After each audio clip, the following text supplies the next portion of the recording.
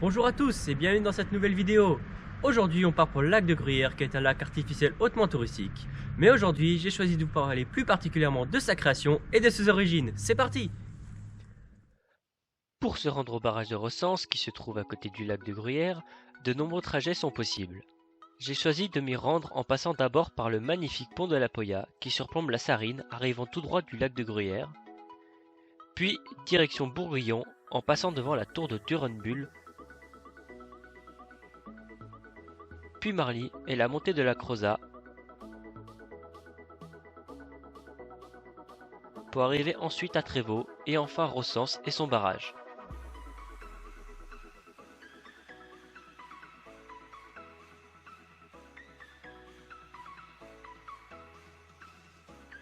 Le lac de Gruyère est un lac artificiel situé dans le canton de Fribourg avec une superficie de 9,6 km² et une profondeur de 75 mètres.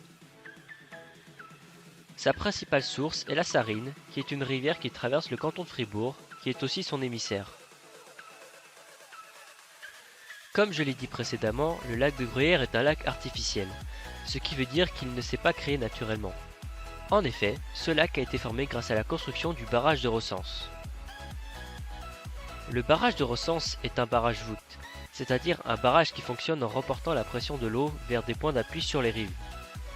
Il mesure 83 mètres de long, avec une épaisseur variant de 5 à 28 mètres. Sa construction commence au printemps 1945, pour se finir 3 ans plus tard, le 17 novembre 1948, avec un coût de plus de 61 millions. Il a été érigé car à l'époque, la consommation d'électricité augmentait dans le canton de Fribourg et les usines qui existaient n'arrivaient plus à fournir les kilowatts nécessaires et l'énergie achetée hors du canton devenait de plus en plus chère. C'est donc suite à ces problèmes que les entreprises électriques fribourgeoises, actuellement Groupe E, présentent un projet, le barrage de Recense.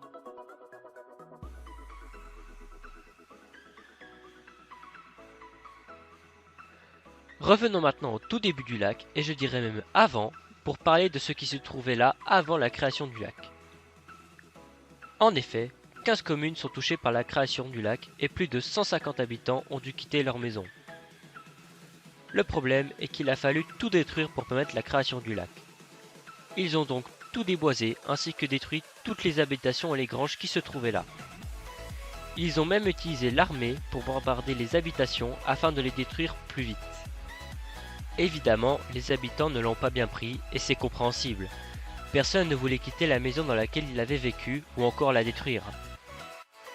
Le Conseil d'État a donc nommé une commission qu'on appelait la Commission du lac, qui avait pour but de négocier les terrains avec les propriétaires qui voulaient de l'argent ou de racheter d'autres terrains à ceux qui souhaitaient être dédommagés de cette façon. Un terrain pour un terrain.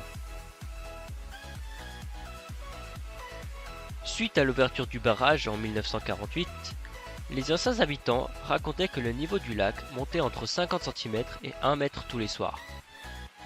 Ils expliquaient aussi la douleur que procurait le fait de voir petit à petit disparaître leurs terres et surtout de voir leurs souvenirs se faire engloutir par le lac. Une fois le lac mis en eau, les Gruyériens ont dû encore lui trouver un nom.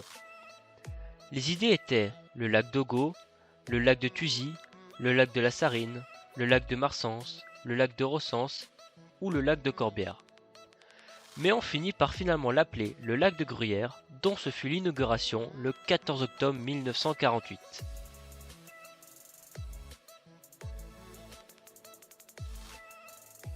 Revenons à nouveau un peu en arrière, au moment où le lac n'était pas encore présent, pour parler du pont de Thuzy. Construit en 1773, le pont de Thuzy était aussi appelé le pont du diable à cause de la légende suivante. Après la destruction du premier pont en bois à cause de la Sarine, 2 conseils communaux, dont celui de Pont-la-Ville, se réunirent pour décider de reconstruire un nouveau pont. Mais le problème était qu'il manquait d'argent, et c'est à ce moment-là qu'un jeune homme, qui s'avère être le diable, est arrivé au milieu des 2 conseils pour proposer de reconstruire le pont en une nuit, en échange de la vie de la première personne qui passerait sur le pont. Le lendemain, le pont était effectivement là, mais le problème était que les conseils communaux ne voulaient pas donner un être humain au diable. Ils ont donc envoyé une souris et un chat pour qu'ils traversent le pont. Suite à cela, le diable fut tellement en colère qu'il monta sur la falaise et qu'il lança un énorme rocher pour casser le pont. Mais ce dernier tomba juste à côté. A noter que le fameux rocher existe bel et bien à côté du pont. De nos jours, le lac de Gruyère est un lac très touristique, notamment grâce à ses magnifiques différents points de vue, comme au pied des préalpes fribourgeoises, ou encore avec ses nombreux loisirs nautiques. Le reste-route de la Gruyère profite aussi largement de ce panorama exceptionnel. C'est devenu quasiment un arrêt obligatoire pour les touristes qui visitent la région. Pont-la-Ville a su également compenser la perte d'une partie du village avec son golf ressort, qui offre aux adeptes de ce sport une des plus belles vues sur le lac.